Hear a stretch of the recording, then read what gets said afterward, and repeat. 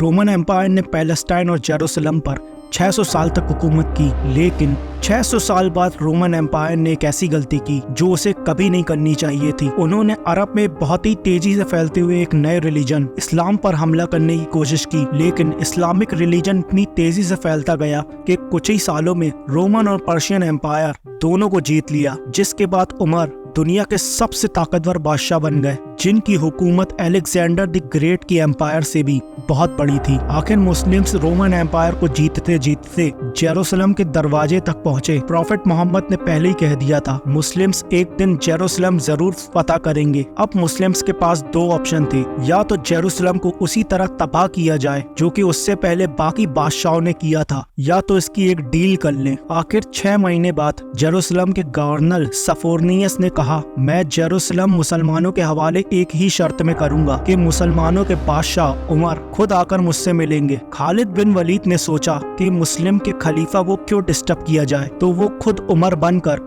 सफरोनियस के सामने मिलने गए, क्योंकि खालिद बिन वलीद की शख्सियत बिल्कुल उमर से मिलती जुलती थी और दोनों की हाइट भी बिल्कुल सेम थी और वो 7 फुट थी। लेकिन वहाँ एक शख्स हजरत उमर से पहले ही एक बार मिल चुका था। उन्होंने कहा ये हजरत उमर नहीं हो सकते, तो मजबूरन खालिद बिन वलीद को उस वक्त दुनिया के सबसे ताकतवर बादशाह को जेरूसलम बुलाना पड़ा। सफरोनियस फुल लग्जरी गोल्ड और सिल्वर पहनकर बिल्कुल तैयार होकर रेडी हो गया, क्योंकि दुनिया के सबसे ताकतवर मशहूर बादशाह उनसे मिलने आ रहे थे। लेकिन सफरोनियस और पूरा जेरूसलम ये देखकर हैरान हो गया कि बादशाह का गुलाम ऊंट पर बैठा हुआ है और बादशाह खुद बिल्कुल आम कपड़ों में पैदल चलकर आ रहा है। ये मंजर जेरूसलम वालों के लिए बहुत शॉकिंग था, क्योंकि इससे पहले जब भी किसी बादशाह ने जेरूसलम पर फतह हासिल की, उसने इस सिटी को तबाह और बर्बाद कर दिया था, यहाँ की गलियों को खून से भर दिया था। लेकिन अब ये एक बादशाह आया है जो उन सारों से ज्यादा ताकतवर है, लेकिन बगैर किसी फौज के और बिल्कुल आम कपड़ों में। ऐसा इससे पहले कभी भी नहीं हुआ था। हजरत उमर ने सारे रिलीजन्स को आजादी दी और बिना कोई खून बहाए सफरोनियस ने जेरूसलम को उमर के हवाले किया, लेकिन उन्होंने एक शर्त ये भी रखी कि मुसलमान यहूदियों को जेरूसलम आने की इजाजत नहीं देंगे। लेकिन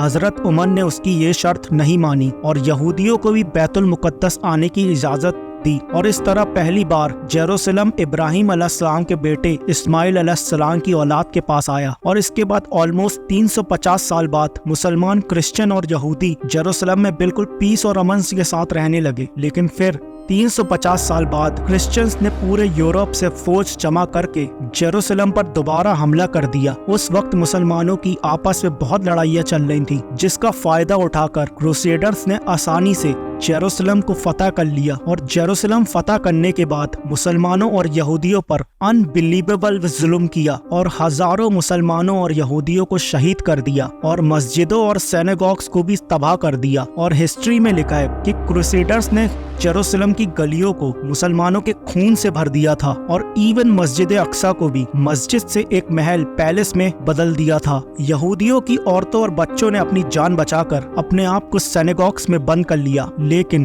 क्रूसेडर्स ने इन सारी बिल्डिंग्स को आग लगा दी और इनके बच्चों और औरतों को जिंदा जला दिया। और ये सब सिर्फ हम नहीं कहते, बल्कि ये एक ऑथेंटिक हिस्ट्री का हिस्सा है जिसे यूरोपियंस भी मानते हैं। इसके बाद इन क्रूसेडर्स ने ऑलमोस्ट जेरूसलम पर 90 इयर्स तक राज किया, लेकिन फिर 90 इयर्स बाद मुसलमानों के एक बहुत बड़े बादशाह सुल्तान सलाउद्दीन अय्यूबी ने पूरी मुस्लिम वर्ल्ड से फौज जमा करके जेरूसलम को दोबारा क्रिश्चियन से छीनकर फतह कर लिया। और उस वक्त सारे क्रिश्चियंस का ये ख्याल था कि अब सलाउद्दीन हमसे उसी तरह बदला लेगा जिस तरह हमने लाखों मुसलमानों को मारा था। लेकिन सलाउद्दीन अय्यूबी ने बिल्कुल हजरत उमर की तरह सारे क्रिश्चियंस को माफ कर दिया। इवन क्रिश्चियंस भी इस बात पर हैरान हुए और सलाउद्दीन से पूछा कि जब हमने फतह किया तो हमने हर एक मुसलमान को कत्ल किया था। लेकिन सलाउद्दीन अय्यूबी ने उन्हें कहा, I am not those men.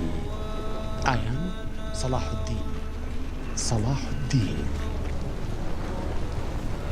Salauddin Ayyubi ने इन सारे रिलीजन्स को दोबारा आज़ादी दी और मस्जिद अक्सा, जिसे एक महल बना दिया गया था, उसे दोबारा मस्जिद बनाया और उधर पहली नमाज अदा की। जेरूसलम को जब भी किसी बादशाह ने फतह किया, हमेशा इधर बहुत खून बहाया, सिवाय मुसलमानों के, जिन्होंने बिल्कुल पीस और अमन के साथ इस सिटी को फतह किया। सलाउद्दीन अय्यूबी के बाद एक बार फिर सारे इब्राहिमिक रिलीजन पूरे अमन के साथ पूरे 800 साल तक रहे। 800 साल। लेकिन 800 साल बाद, आज से 100 साल पहले पहले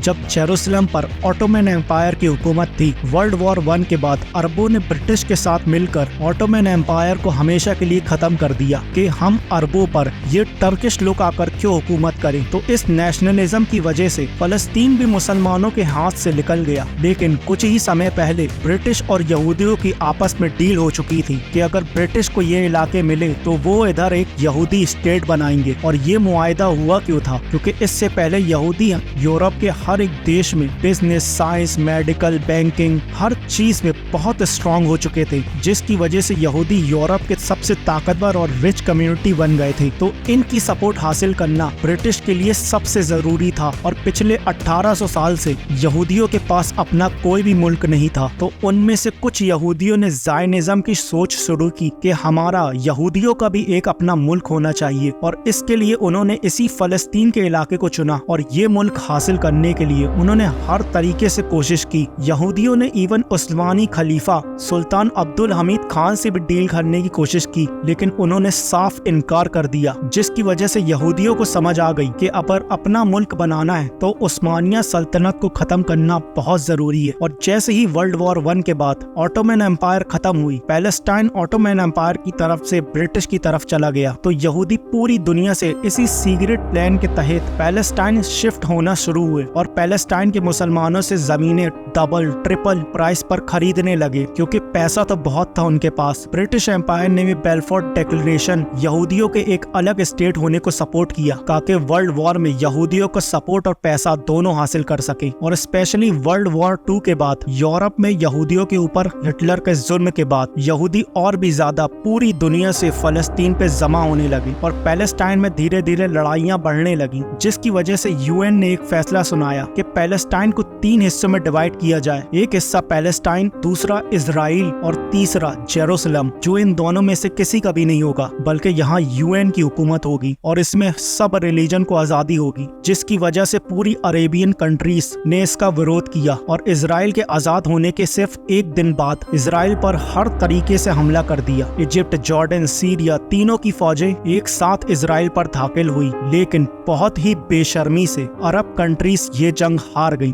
और एक ऐसे मुल्क से हारे जो उनसे साइज में बहुत छोटा और जो एक जंग से सिर्फ एक दिन पहले आजाद हुआ था। इस हार की वजह से जो एक प्लान यूएन ने इस जंग से पहले बताया था, उसका सिर्फ 40% इलाका पैलेस्टाइन को मिला और 60% इलाका इजराइल ने फतह कर लिया और इवन जेरूसलम की आधी सिटी को भी फतह कर लिया। इजराइल अकेले ये जंग नहीं लड़ रहा था, बल्कि इसके साथ पूरी दुनिया का सपोर्ट भी था। इवन रशिया और यूएस दोनों को सपोर्ट था। इजराइल ने ये एरिया फतह करके टाइम बिल्कुल भी वेस्ट नहीं किया और 7 लाख अरबों को फलस्तीन से बाहर निकाल दिया। 7 लाख, जिसकी वजह से पैलेस्टाइन में धीरे धीरे यहूदी ज्यादा, अरबी कम होने लगे। इस जीत के बाद इजराइल बहुत स्ट्रांग बन गया और पूरी दुनिया से और भी ज्यादा यहूदी इजराइल में जमा होने लगे। इसके बाद यहूदियों ने अरब के बिल्कुल सेंटर में एक बहुत ही मजबूत हुकूमत बना ली थी। लेकिन फिर भी ये 2 इलाके वेस्ट बैंक और गाजा इजराइल के कंट्रोल में नहीं थे। लेकिन आज से ऑलमोस्ट 60 साल पहले 1967 में कुछ मिसअंडरस्टैंडिंग की वजह से यहाँ जंग एक बार फिर शुरू हो गई और एक बार फिर इजिप्ट, जॉर्डन, सीरिया वर्सेस ये छोटा सा इजराइल। लेकिन सिर्फ 6 दिनों में इजराइल ने इन तीनों मुल्कों को हरा दिया और सिर्फ 6 दिनों में इजराइल ने अपना साइज 3 गुना बढ़ा लिया। अरब कंट्रीज दोबारा अपने से एक बहुत ही छोटे मुल्क से बहुत ही बुरी तरह हार गए। ये एक ऐसी बात है कि आज खबीब हिजबुल्लाह से हार जाए और वो भी